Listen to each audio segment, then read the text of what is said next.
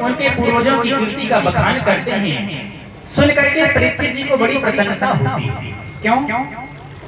क्योंकि व्यक्ति इस दुनिया से मरकर चला जाता है, परंतु उसके द्वारा जो अच्छे कार्य किए जाते हैं, उन कार्यों के कारण उसकी कीर्ति जग में विख्यात हो जाती है। और जिसकी कीर्ति विख्यात होती वह व्यक्ति कभी मरता नहीं है।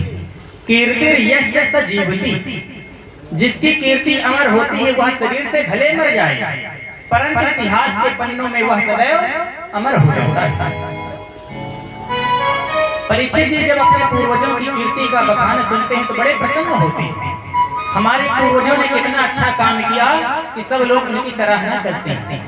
आप लोग भी जब कभी जाते होंगे, कभी कभी कोई आपके बाबा जी के परिचय के मिल जाते हैं, पिताजी के परिचय के लोग मिलते हैं और कहते हैं बड़े अच्छे व्यक्ति थे आपके बाबा जी, तब सुनकर अंदर से उत्साह प्रसन्नता आती है। परीक्षित जी बहुत प्रसन्न होते हैं और वहां से भ्रमण करने के बाद जैसे ही एक स्थान पर पहुंचते हैं तो देखते हैं कि एक गाय अपने बछड़े के साथ अश्रुपात कर रही है। उसके पीछे एक काला पुरुष खड़ा हुआ जो उनके ऊपर प्रहार कर रहा है और वह गाय बछड़े दोनों आपस में बातचीत कर रहे हैं। गाय कहती है, अरे जिस प्रभु ने हमारे लिए नंगे पैर चलकर इस धराधाम पर डोलते रहे, खेलते रहे, हमको चराते रहे, जब से वह प्रभु गए हैं हमारी दुर्दशा होने लगी। दुष्ट मानव हमको कितना सताते हैं। वह धर्म रूपी जो ब्रखरता बैल था वह कहता है, मां हम इसमें किसी को दोष भी नहीं दे सकते। क्यों? क्योंकि यदि पाप कोई व्यक्ति करता है और पाप करने वाले व्यक्ति की चर्चा कोई करता है तो वह भी बराबर का पाप का भागीदार होता है। इसलिए हमें किसी के बारे में कुछ नहीं कहना, यह संयोग है दैवश जो हमको मिल रहा है। काहू न को सुख दुख कर दाता, निज कृत कर्म भोग सब भ्राता। इस संसार में न कोई किसी को सुख देने वाला है, न कोई किसी को दुख देने वाला है। प्रत्येक व्यक्ति को सुख और दुख अपने कर्म के अनुसार प्राप्त होता है। यह वार्तालाप परीक्षित जी ने जैसे ही सुना तो उनके पास में आकर बोले, माँ मैं आपकी बात को सुनकर समझ गया, आप गाय माँ हो और यह धर्म रूपी व्रतम है, परंतु आपके पीछे जो दुष्ट यह काला पुरुष खड़ा है यह कौन है? जैसे ही उसने परीक्षित जी को देखा तुरंत उनके चरणों में गिर पड़ा और शरणागत हो गया। बंधुओं, जब कोई व्यक्ति शरण में आ जाए तो उसकी रक्षा करना दायित्व बन जाता है। जिस प्रकार रावण की सभा में विभीषण का अपमान हुआ था, लात मार दिया, विभीषण ने रावण को छोड़कर भगवान की शरण में गए। जब पहुंचे तो सुग्रीव हनुमान आदि ने कहा कि प्रभु वह शत्रु का भाई, उसको बांध लाना चाहिए, पता नहीं कोई भेद लेने तो नहीं आया। परंतु भगवान ने कहा नहीं हो सकता है, वह हमारी शरण में आया है, तो शरण में आए हुए व्यक्ति की रक्षा करना हमारा दायित्व होता है। आज जब परीक्षित जी के चरणों में गिर गया तो परीक्षित जी ने उसका परिचय पूछा। तब उसने अपना परिचय दिया और कहा, महाराज मेरा नाम कलियुग है, मैं कलियुग हूँ। परीक्षित जी ने कहा, अरे दुष्ट, मेरे राज्य में तेरी आने की हिम्मत कैसे पड़ गई? तूने कैसे सोच लिया कि परीक्षित के राज्य में मैं चला जाऊं?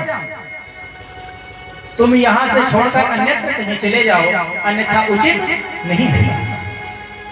परीक्षित ने कहा, परीक्षित से कलियुग ने कहा, महाराज मैं जाऊं तो कहां जाऊं, क्योंकि समस्त भूमंडल में एक छत्र आपका राज्य है। मैं जहां भी जाता हूं आप धनुष बाण लिए मुझको वहीं दिखाई पड़ते हैं, मैं कहां जाऊं? परीक्षित ने पूछा, यह बताओ, अच्छा तुम्हारे अंदर कौन से गुण हैं? मेरे राज्य में रहना चाहते हो तो उसके लिए तुम काबिल हो कि नहीं हो, यह भी तो मुझे ज्ञात हो। भाई किसी कोई हमारे घर आ रहा हो रहने के लिए तो उसके बारे में हमें जानकारी भी तो रखनी चाहिए, किस प्रकार का व्यक्ति है। तब कलयुग ने अपना परिचय दिया, कहा प्रभु मेरा परिचय है कि यत् फलम नास्ति तपसा न योगेन समाधिना तत् फलम लभते सम्यक कलौ केशव कीर्तना। यानी जो फल सतयुग में तपस्या के द्वारा प्राप्त नहीं होता, त्रेता में द्वापर में भजन कीर्तन तपस्या के द्वारा नहीं मिलता, कलौ केशव कीर्तना, मेरे समय में केवल भगवान के कीर्तन करने से वह फल प्राप्त हो जाता है। हजारों लाखों वर्ष तपस्या सतयुग त्रेता में लोग करते थे, पर भगवान को पावे कि न पावे कोई निश्चित नहीं। पर कलयुग कह रहा महाराज मेरे समय में यदि कोई भगवान का भजन करे तो मैं वह फल प्रदान करता हूँ, मिल जाता है मेरे समय में। परीक्षित जी ने पूछा कि तुम में यह गुण तो बहुत अच्छा है कि थोड़ा भगवान का भजन करो और भगवान की प्राप्ति हो जाए, तो इसका मतलब तुम हमारे काबिल हो। भगवान की महिमा के बारे में जब परीक्षित जी ने सुना तो कलयुग को 4 स्थान दे दिए कि देखो तुम 4 जगह रहो, हम तुमको 4 स्थान देते हैं। कौन कौन से? द्यूतम पानम स्त्रियः सूना यत्रा धर्मश्चतुर्विधा। 4 स्थान दिए द्यूतम, यानी जहां जुआ खेला जाता हो वहां कलयुग को स्थान दिया। पानम, जहां शराब बेची जाती हो या उसका पान किया जाता हो वहां कलयुग का निवास दिया। द्यूतम पानम स्त्रियः सूना, जहां पर वैश्यालय चलता हो वहां पर कलयुग का निवास दिया। और चौथा स्थान दिया जहां पर हिंसा होती हो, वध होता हो, कसाई खाना हो, इन 4 जगहों पे कलयुग का निवास दिया। कलयुग ने कहा महाराज आपने 4 स्थान तो दिए पर कोई खास अच्छे नहीं दिए। अरे आपने मुझ में एक गुण तो देख लिया कि मेरे समय में भगवान शीघ्र प्राप्त हो जाते हैं, तो कम से कम एक तो अच्छा स्थान देते। 4 सब बेढंगे स्थान दिए, बताओ इन्हीं जगह में रहूं। तो क्योंकि आज कलयुग से परीक्षित जी प्रसन्न थे, क्यों? क्योंकि उसने अपना गुण बताया था कि मेरे समय में भगवान अतिशीघ्र मिल जाते हैं। तो आज प्रसन्नता के कारण उन्होंने 5वां स्थान और दिया। बंधुओं, जब मन में अति प्रसन्नता हो तब किसी को कभी कोई वचन नहीं देना चाहिए, क्योंकि प्रसन्नता में दिया हुआ वचन कभी कभी हमारे लिए घातक सिद्ध हो जाता है। आज प्रसन्न थे, परीक्षित ने कहा तुम अपने मन से मांग लो, 5वां तुम्हारी इच्छा से हम दे रहे हैं। कलयुग ने मौका देखा और कहा महाराज 5वां स्थान मुझको स्वर्ण में दे दो, सोने में मेरा निवास दे दो। तभी परीक्षित जी ने वचन दे दिया था, तो स्वर्ण में निवास कलयुग का दिया। यद्यपि कलयुग का निवास सोने में तो दिया, परंतु इसी ग्रंथ के 11 अध्याय में भगवान श्री कृष्ण कहते हैं कि धातु नाम अस्मि कांचनम, यानी धातुओं में सोना मैं हूँ। भगवान कहते हैं स्वर्ण मैं हूँ, तो सोने में 2 लोग कैसे रह सकते हैं? भगवान है कि परीक्षित ने कलयुग का निवास दिया, तो कैसे रहे? तब संतों ने उसका निराकरण किया कि जो सोना हम अपनी शुद्ध कमाई के धन से बनवाते हैं उसमें तो भगवान का निवास होता है, परंतु जो पाप कर्म के द्वारा धन इकट्ठा करके स्वर्ण बनवाते हैं उसमें कलयुग का निवास होता है। कलयुग ने मौका देखा, परीक्षित के सिर में मुकुट लगा हुआ था, वह अधर्म का मुकुट था, राजा जरासंध का था, और कलयुग ने तुरंत उस मुकुट में अपना निवास बना लिया। जैसे ही मुकुट में अपना निवास बनाया, परीक्षित जी वहां से शिकार के लिए आगे बढ़ते हैं, उनकी बुद्धि भ्रमित होने लगी। प्यास लगी, एक ऋषि के आश्रम में पहुंचे। ऋषि समाधिस्थ थे, पानी मांगा पीने के लिए, परंतु ऋषि समाधि में थे, इनकी बात को सुना नहीं। इनको क्रोध आ गया। आज तक राजा परीक्षित ने कभी ब्राह्मण संतों पर क्रोध नहीं किया था, पर आज उनके सिर में कलयुग का निवास हो गया, जिसके कारण बुद्धि में परिवर्तन हो गया और क्रोध आ गया कि देखो इस महात्मा की कुटिया में मैं आया हूँ और मैं राजा हूँ, राजा भगवान का स्वरूप माना जाता है, मैं पानी मांग रहा हूँ और ये पानी भी नहीं पिला रही। क्रोध के वशीभूत देखा मरा हुआ सर्प पड़ा हुआ था, धनुष की नोक से उठाया और उस सर्प को महात्मा के गले में डाल दिया। जैसे ही यह दृश्य वहां पर उस महात्मा के जो शिष्य खेल रहे थे देखा, तुरंत कौशिकी नदी में स्नान कर रहे संगी ऋषि जो उन महात्मा के पुत्र थे उनको बताया। जब उस बालक ने सुना कि मेरे पिता का इस प्रकार अपमान हुआ है, क्रोध में भर गए और हाथ में जल लेकर वहीं से श्राप दिया राजा परीक्षित के लिए कि इति लंघित मर्यादम तच्छकः सप्तमे हनि दक्षन्तिस्म कुलांगारम चौदितो में तदद्रुहम्।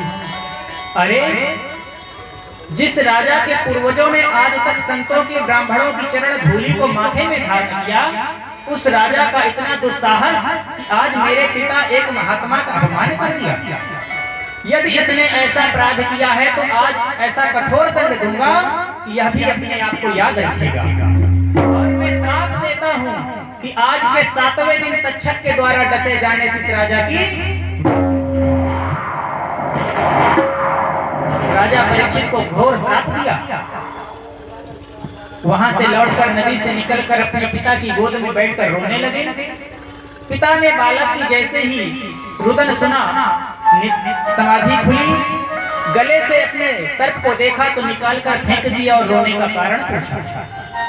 पुत्र ने सारी घटना सुना दी और कहा, पिताजी इस कार्य के लिए मैंने ऐसा कठोर दंड दिया है कि राजा भी अब याद रखेगा। उन महात्मा ने पुत्र को बहुत डांटा और कहा, अरे पुत्र तुमने यह अपराध किया है। राजा में तो भगवान का निवास होता है और वह अतिथि रूप में हमारे आश्रम में आया था, प्यास से पीड़ित था। हम उसके राज्य में रहते हैं तो हमारा अतिथि भी था और राजा भी है। हमारा दायित्व है कि आए हुए अतिथि की सेवा सत्कार करना चाहिए। हमने तो उसको जल भी नहीं पिलाया, क्योंकि संसार में हीरे जवाहरात को रत्न नहीं कहते, सोना चांदी को रत्न की संज्ञा नहीं दी गई, तो फिर रत्न किसे कहते हैं? शास्त्रों में लिखा, पृथिव्यां त्रीणि रत्नानि जलम अन्नम सुभाषितम। इस पृथ्वी में केवल 3 ही रत्न हैं। कौन से? जलम, अन्नम, सुभाषितम। पहला रत्न जल है। यदि जल ना हो तो क्या हम सब जिंदा रह सकते हैं? दूसरा रत्न अन्न है, भोजन ना मिले तो हम कितने दिन जीवित रहेंगे? तो जल है, अन्न है, और तीसरा सुभाषितम यानी सुंदर मीठे वचन है। यह 3 रत्न संसार में पाए जाते हैं। तो अतिथि यदि हमारे घर में आवे तो सबसे पहले हम उसके लिए आसन की व्यवस्था करें, उसको बिठावें, फिर कुछ जलपान करावें, उसके बाद में उसके आने का कारण पूछना चाहिए। यह अतिथि सेवा कहलाती है। अब यदि कोई हमारे घर आवे, न हम उसको जल को पूछे, न बैठने को आसन दें, सीधे पूछ पड़े, भैया काहे को आए हो, किस लिए आए हो, क्या कारण है, तो बेचारा कितना परेशान हो जाएगा। अपनाया कांटों को, अपनाया कांटों को, गुलशन तू